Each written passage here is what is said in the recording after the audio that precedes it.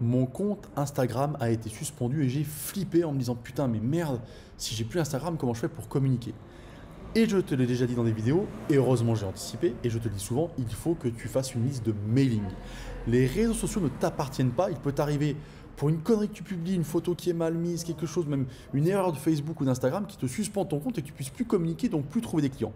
Donc tu dois avoir du mailing, et dans cette vidéo je t'explique pourquoi c'est important d'avoir du mailing, tu as déjà compris, mais surtout comment faire pour que tes mails soient impactants et en tirer des clients. Tu l'as bien compris, les mails c'est la seule chose qui t'appartient. Donc du coup, tu dois absolument en avoir. Tu dois transférer toutes les personnes qu'il y a sur tes comptes Instagram, Facebook, TikTok en mailing. Pour ça, effectivement, il faut produire du contenu et donner du contenu gratuitement pour que les gens téléchargent quelque chose et que tu aies leur mail. C'est le premier point et c'est le point d'entrée le plus important. Il y a plein de systèmes différents, hein. Tu peux faire un live où les gens s'inscrivent, tu peux faire télécharger un e-book, tu peux vendre simplement un mini-book, j'allais dire, ou simplement des conseils sur un thème précis, plusieurs conseils. Bref, l'idée, c'est que tu sois capable d'amener quelque chose à télécharger ou une inscription à faire pour un événement qui te permet d'obtenir des mails. Qu'est-ce que j'en fais après des mails? C'est ce que je t'explique dans la suite de cette vidéo. Forcément, si tu as des mails, tu vas devoir communiquer. Il faut que tu te donnes un rythme. Tu n'es pas obligé de faire une newsletter quotidienne, ça prend beaucoup de temps. Par contre, ce qu'il faut, c'est que le rythme soit maintenu et que les gens sachent ce qu'il en est. Par exemple, je publie une newsletter tous les mardis ou tous les mardis, jeudis à 7h. Ce qu'il faut, c'est que ce soit récurrent pour que les gens l'attendent et sachent que ça arrive à ce moment-là. Il faut que tu donnes du repère aux gens. Il ne faut pas que tu fasses ça quand tu as le temps ou de temps en temps. Okay, ça, c'est le premier point. Ton mailing peut aussi bien être une vidéo qu'une partie écrite. Quoi qu'il arrive, la construction à l'intérieur doit être la même.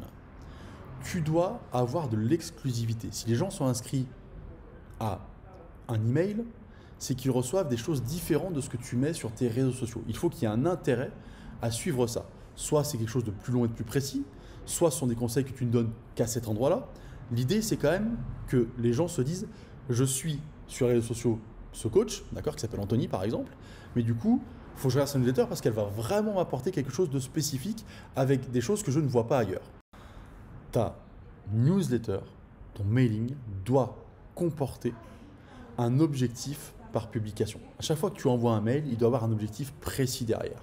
Par exemple, tu dois te dire, aujourd'hui, l'objectif, c'est de montrer et démontrer que ce que je fais fonctionne en mettant des témoignages en avant ou surtout en mettant une réalité de terrain quotidienne. Tiens, ce matin, j'étais avec Jean-Claude, qui est client depuis 2 mois, qui avait mal au dos et qui ce matin m'a dit, je me suis levé ce matin, j'ai plus mal au dos, ça n'est pas arrivé depuis des années.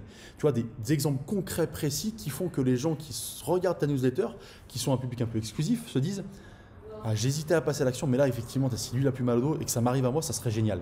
Tu vois, il faut que tu donnes de l'exclusivité comme ça et surtout que les gens se projettent en se disant « Ah, mais c'est exactement ça que je veux vivre, c'est ce qu'il me faut et je vais l'appeler. » D'où le point important suivant. Le call to action. À la fin de ton mailing, il doit y avoir absolument un call to action qui amène à un lien spécifique. Généralement, un lien de prise de rendez-vous pour que les gens puissent t'appeler. Un lien calendrier par exemple. D'accord ? Mais surtout, ce qui est important, c'est qu'il faut, à mon sens, que tu sois sur une plateforme qui te permet de délivrer ces mails. C'est pas avec ton mail perso, ça va être ton mail perso, mais c'est pas par ta boîte mail, parce que du coup, il faut que tu puisses suivre combien de personnes ouvrent tes mails. T'inquiète pas, quand tu fais du mailing, il y a un nombre de personnes qui ouvrent très petit, mais c'est normal. Mais l'avantage du mailing, c'est que finalement, même pour 100, 200 ou 1000 personnes, ça te prend le même temps à toi pour un résultat. Plus il y a de personnes, plus tu as de résultats, plus tu as de potentiels clients. Donc, toutes les plateformes d'envoi de mail proposent ce service-là où tu vas pouvoir savoir qui a cliqué sur ton mail et qui a cliqué sur ton lien. Ça te permet de comprendre ce qui fonctionne dans ce que tu envoies, quelles personnes sont prêtes à passer à l'action et peut-être comment spécifier ton contenu en fonction de ce qui marche ou ce qui intéresse peut-être une personne qui a cliqué 1 fois, 2 fois, 3 fois et tu vois qu'elle est en train d'hésiter. Il faudra dans ce cas-là appuyer sur la douleur fortement en la ciblant complètement quand tu fais une vidéo ou un écrit en disant c'est elle que je veux faire passer à l'action. Je vois qu'elle est intéressée par exemple par la nutrition sur la perte de poids sans se priver. Et insiste là-dessus jusqu'à ce que tu la fasses passer à l'action. Mais des témoignages de gens qui vont dire moi j'ai réussi à perdre du poids en faisant plaisir, etc. Tu as compris le principe. C'est très important d'avoir du retour pour spécifier, cibler et faire passer à l'action.